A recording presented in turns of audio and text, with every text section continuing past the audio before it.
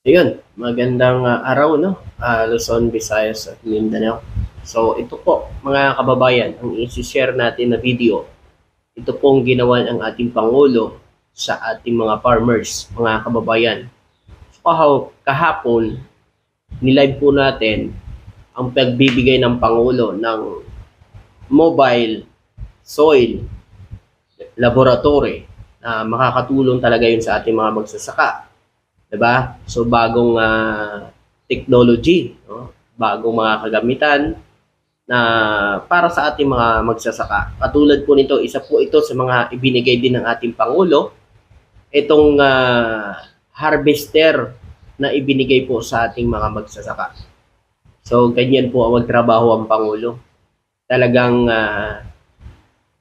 tinutulungan ng ating mga magsasaka na muling manumbalik ang mataas na ani ng ating mga magsasaka.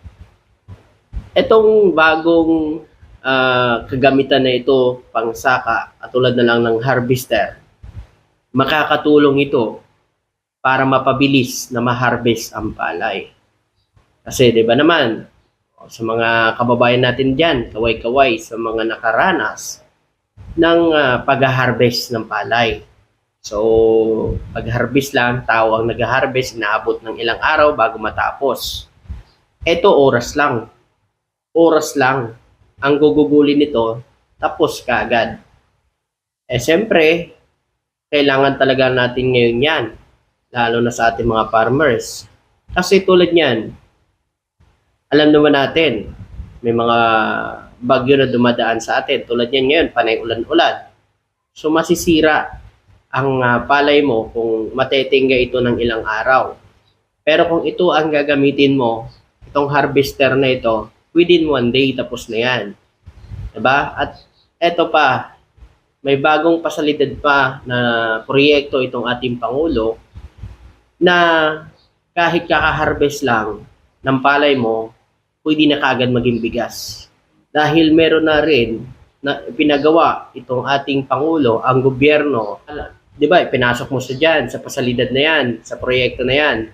Pagpasok mo ng palay mo, paglabas niyan, bigas na. So meron ng dry. Meron ng drying din itong bagong proyekto na tinurn over ng ating Pangulo. So ito, panoorin nyo po ito. Yan. Yan. Kita nyo mga harvester? Diba? Ang piraso yan, no? Ayan ang Pangulo natin. So, sa lahat naman nating mga kababayan, kung gusto nyo po makakuha rin kayo niyan, sa lahat nating mga magsasaka, bumuo din ho kayo ng kooperatiba. Bumuo kayo ng grupo na kayong mga magsasaka, dahil yan po ang gagamitin ninyo. Bibigyan kayo yan ng gobyerno. Magbibigay ang gobyerno sa inyo kung makakabuo kayo ng kooperatiba o kasamahan. Magbuo kayo ng grupo na mga magsasaka. So, ganun po ang direktiba dyan para makakuha ko kayo, mga kababayan. So, malaking bagay kasi siyempre ngayon, yung harvester na yan, siyempre mahal pa ang upa niyan. Diba? Pero kung meron kayong kooperatiba, meron kang hawak na harvester, siguro ang gagastusin mo lang yung panggasolina. At siyempre siguro magbibigay ka rin para doon sa maintenance ng sasakyan, okay yun. Diba? At malaking bagay, makakatipid ka. Kasi siyempre ito, mga kababayan, kapag ka nag-arkila ka ng mag-harvest sa palay mo, so malaki pa babayaran mo. Diba? Pero kung mayroon kayong kooperatiba at mayroon kayong harvester tulad nito, so malaking bagay. No? Tuloy natin ito. Yan. Yan mga farmers. So, yan yung mga leader ng bawat kooperatiba na makakakuha. Diba? Pangulo natin, mga kababayan. Diba? Yan ang presidente. Makikita natin na talagang sumusuporta sa ating mga magsasaka. Kahit kaliwat kanan ng batikos, kalit kanan sinisiraan, trabaho lang. Di ba? Trabaho lang siya ng trabaho. Kahit pinipersonal na siya, tuloy pa rin siya sa trabaho niya dahil yan ang sinumpaan niyang tungkulin. Pero sa mga bumabatikos dyan na nasa gobyerno, yun ho ang hindi tapat sa kanilang tungkulin. Di ba? Kasi kung tapat yan sila, nagtatrabaho sila para sa taong bayan, hindi ho para sa sariling interest lang. Kaya shout out na lang talaga doon sa buzzer at beater na buzzer ng Pangulo. So, iiyak lang kayo lagi. Oh, iiyak lang kayo lagi. Oh, tuloy natin.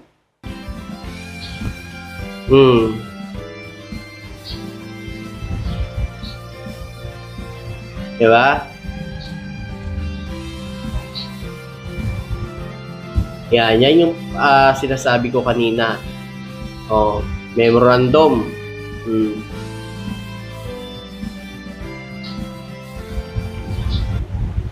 So, ayan, no?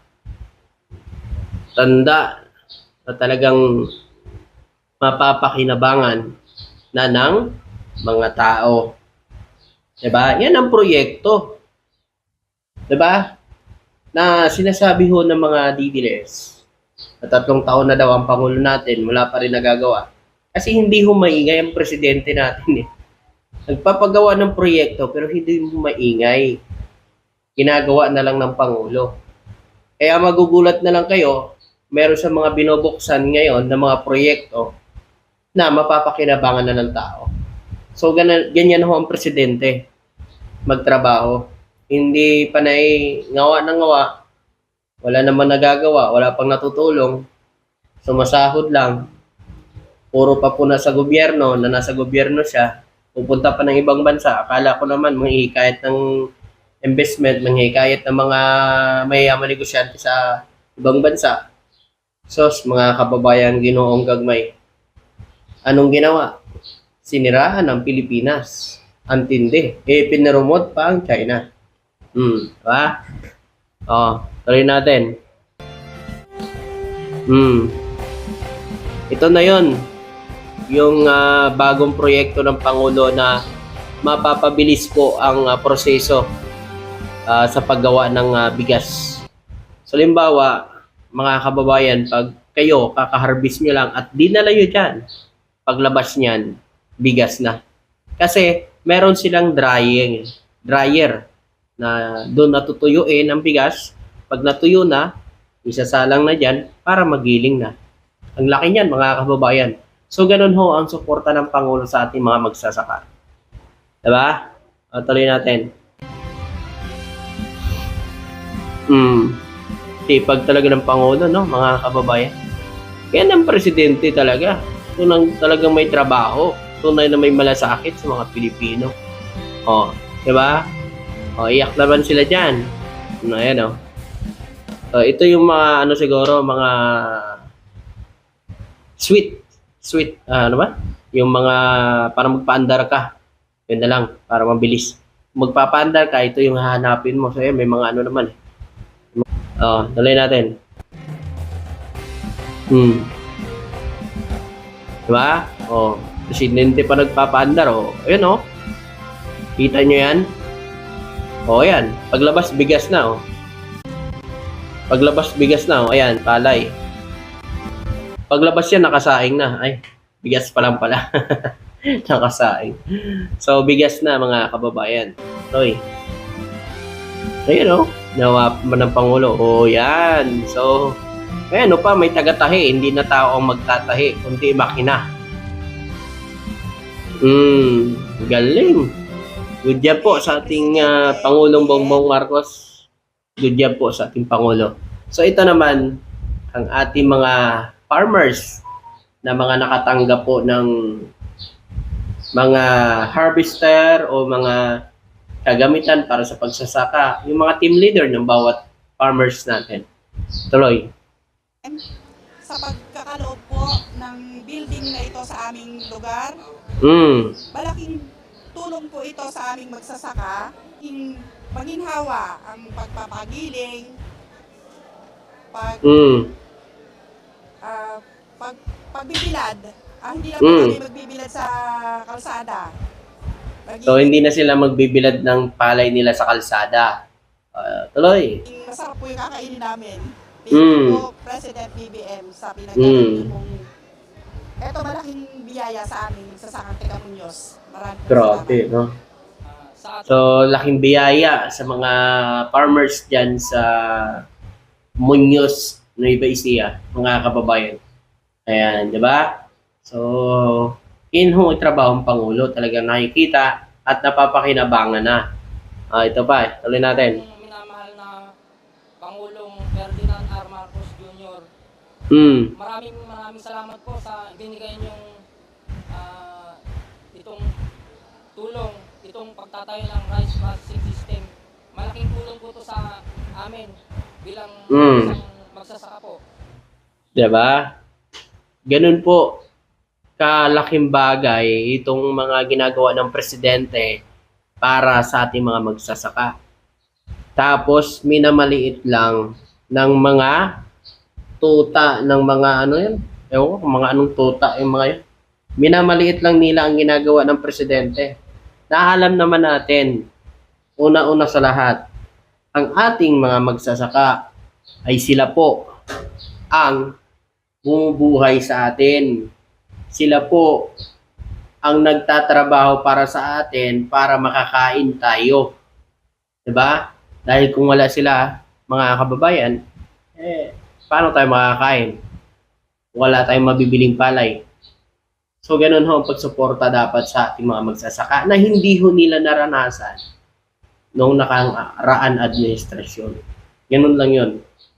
Dahil ngayon lang sila nakakaranas, katulad na yan, titulo ng lupa, abono bini ng pagbibigay, cash assistant, tulad yan, harvester, at meron pang mga bagong kagamitan, makabagong kagamitan para sa pagsasaka, yung mobile soil laboratory.